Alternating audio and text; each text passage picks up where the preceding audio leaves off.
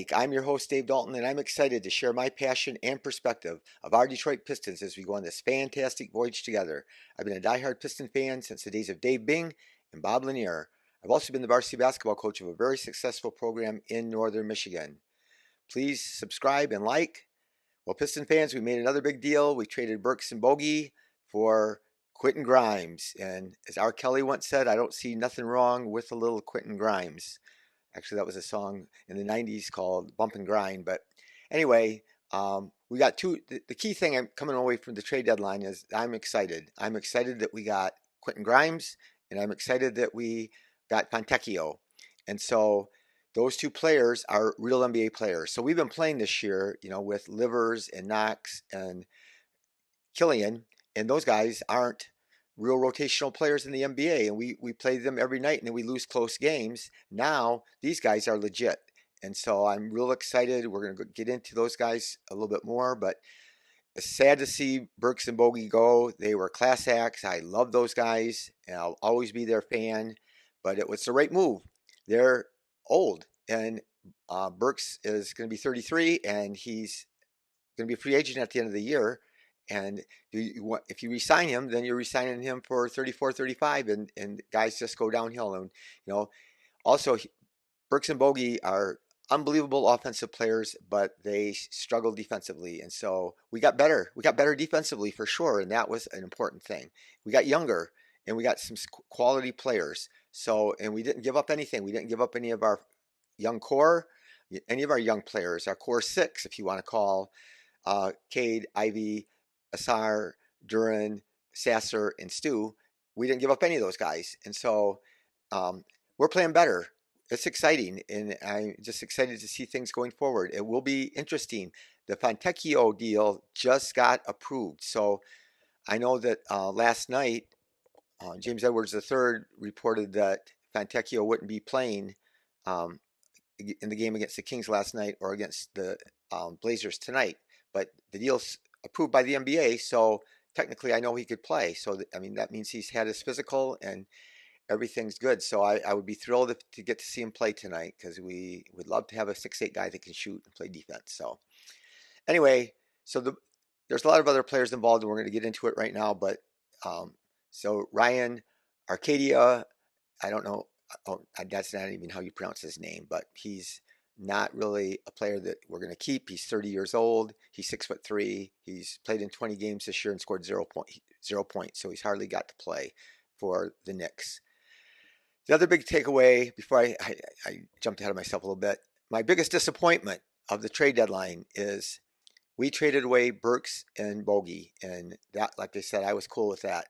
The frustrating thing is we should have got that first round pick back from the Knicks. Instead, the Knicks gave us a bunch of players that we're going to just release or cut at the end of the year, and 2 second-round draft picks. So I don't know. It's not been reported yet where those second-round draft picks. I hope they're halfway decent, because there's second-round picks that are not good. That are if they're late 50s, they're not that good. So anyway, the Knicks, give them credit. They didn't blink. So I think they got the great end of the deal. They have 8 first-round picks, and why they couldn't trade away that pick of ours. They own our first-round pick, that when it's conveyed, it's protected 1 through 16 this year. We all 1 through 13 next year, 1 through 11, 1 through 9, and then it goes to 2 second-round picks eventually.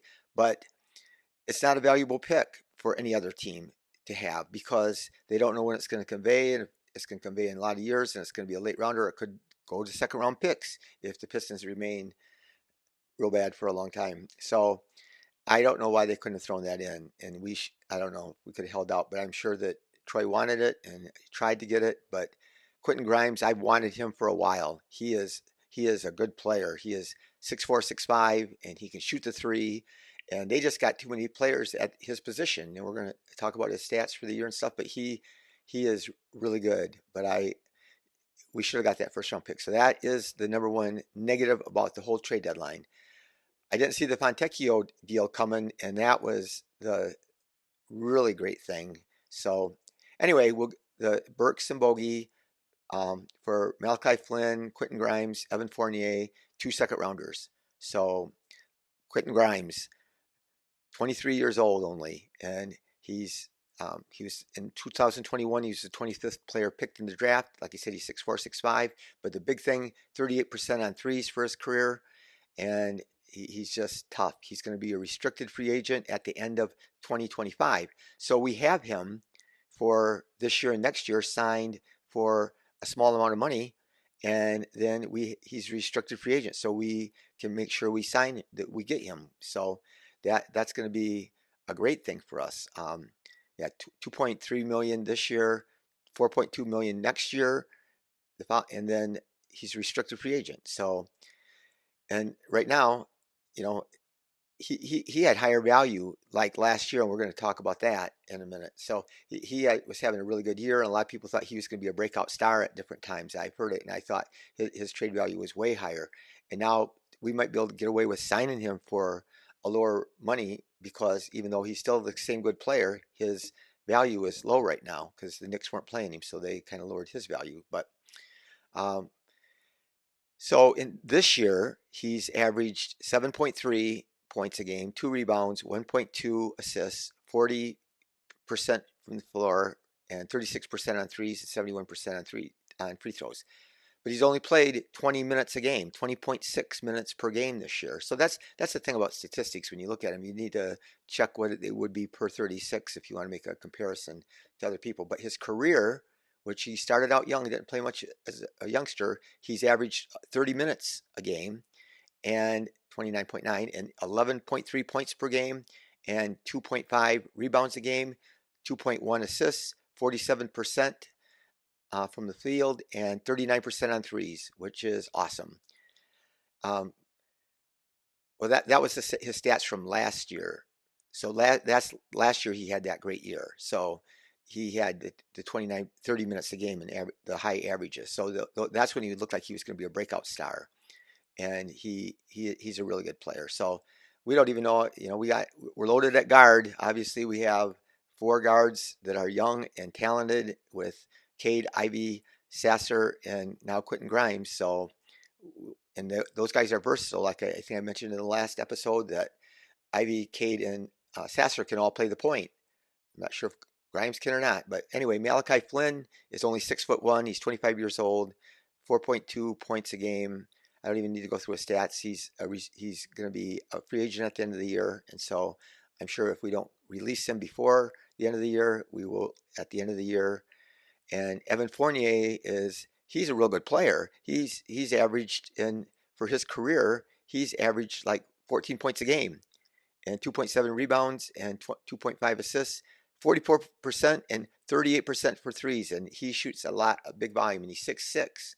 He's been known to be not a very good defender, and so that's that down thing on him. And so it's kind of like Bogey and BURKS; they're not good defenders either. But so we have a team option for the year after this. I doubt we'll use it. Some teams like to have players like that make about 20 million a year. He's making 18 million this year and then 19 million next year, but it's a team option, and so you can hold on to it and then use it in a trade and then as an expiring contract. And sometimes people find value in that. But again, we got the 2 second-round picks, which we need to restock those if we can. But the big thing is getting Quentin Grimes. And again, the longer you hang on to Bogey and BURKS, you're not playing your younger players. And then they're getting older every day, and there's chances of injury and their play declining. And so, the big discussion was they said that we were offered last year at the trade deadline 2 first-round picks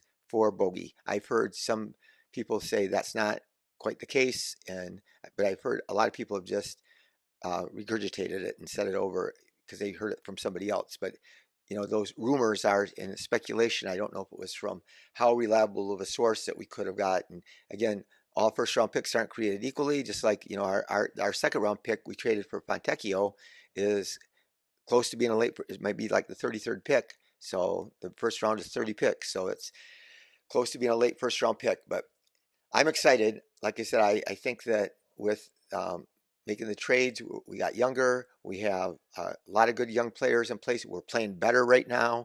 Players are evolving. We're seeing great improvements from Duran. We're seeing how good Sauer can be, how great Sasser's improved, how good Cade's improved. They've all improved despite Monty Williams. They've all shown signs. The challenge is, how is Monty going to put things together? So my starting lineup for the rest of the year would be Cade, Ivy, Duran, Asar, and Fontecchio. So we'll see what he does. And then I would bring off Sasser and Grimes off the bench and Stu, and then maybe Muscala. And then again, I would stagger people and do different combinations, but we have, I think, a good bench and a good starters, and I just am excited to watch the rest of the year. Again, I hope that one good thing, again, we've got rid of some players that were playing instead of Asar, like we got rid of Livers and Knox, and we got rid of Monty Morris, who I think probably is a good player, but we want Sasser to play. So they can't, there's not enough minutes for both of them if Cade and Ivy are playing. It is good to have Grimes too, because we've all seen injuries are a reality in life. They are just a part of the NBA. And so you always have players hurt. So when we have those 4 good, really quality guards, then hopefully on most nights we'll have at least 3 of them, and then we'll be in good shape. I still am not sure going into next year, number one priority is to get a 4 that can shoot the 3 and play defense, and preferably somebody like 6'10", and that's what I would be looking for in the draft. Again, I've talked about Zachary Richard. He's like 6'10" and can shoot it, and Cody Williams. I love Cody Williams. He's not quite that tall. He's maybe 6'9", but he's a really great player. And so add somebody like that along with the guys that we have, and we got the room in free agency. We can pick up. It'd really be great if we got a backup center that could shoot the 3 and play defense and block shots. And so, but everybody else wants one. Miles Turner is one of those guys, and Chet Holmgren. Those are the 2 that come to my mind that can do both of those things. So, yeah, I don't know what's going to happen with. I do know what's going to happen. So Joe Harris is gone. We've waived Joe Harris. We released Killian Hayes. So the Killian Hayes experiment after 4 years is gone. And I know he had a lot of fans in Detroit, and I hope for the best for him.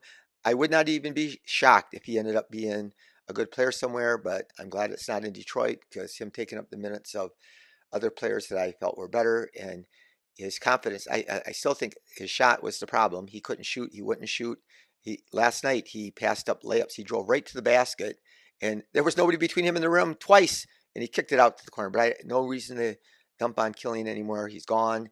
And so we got we got Danuel House from the 76ers, and we got a second round pick. It's actually the Knicks second round pick for next year. So we didn't have any second round picks left after we traded Fontecchio. We traded the second round pick that we did have.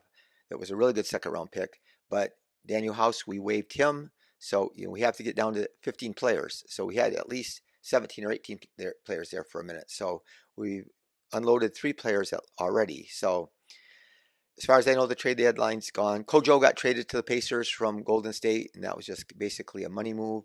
We'll see what happens. Cade should play tonight. Like I said, I think they knew that we had a back-to-back, and they weren't going to play him in a back-to-back, so they picked the Portland game because I think they thought that was probably our best chance to win. And then we turn around and we beat the Kings last night, so that was pretty cool. But I hope that Fontecchio and Cade can play tonight. So again, I told you my starting lineup and my rotation, but we have 8 young, really good players, and I think the future is bright. And people kind of downplaying Fontecchio and said, why did they get rid of him? And they had a logjam at the forward spot. He's 28 years old, but he started for them 34 games out of their 50 games. He started, and he played 23 minutes a game, which when you have John Collins and all these other guys, they weren't even able to play Taylor Hendricks, and they are really high on him, just like I was.